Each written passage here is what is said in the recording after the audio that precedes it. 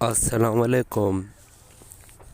آج میں آپ کو بتاؤں گا کہ سردیوں میں ہم بستری کے بعد غسل کے لیے کیا کرنا چاہیے۔ سمجھنے کے لیے میری ویڈیو کو پوری واچ کریں، ویڈیو کو سکپ مت کریں۔ شکریہ۔ چلتے ہیں ہم اپنی ویڈیو کی طرف۔ شادی شدہ حضرات کے لیے ہے، جو شادی شدہ بندہ سردیوں میں رات کو ہم بستری کرتا ہے، اس کے لیے یہ ہے کہ اس پر غسل واجب ہے۔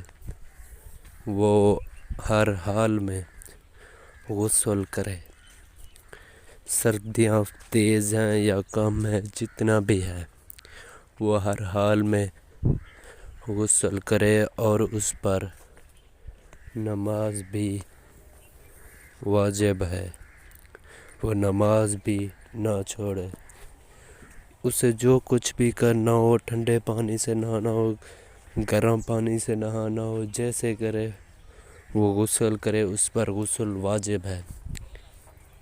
اس کے لیے سردیوں میں رات کو گرم پانی کا لینا اچھا ہوگا، کیونکہ سردیوں میں ٹھنڈے پانی سے تو نہایا نہیں جا سکتا، اس لیے گرم پانی کر کے غسل کرے اور نماز ادا کرے۔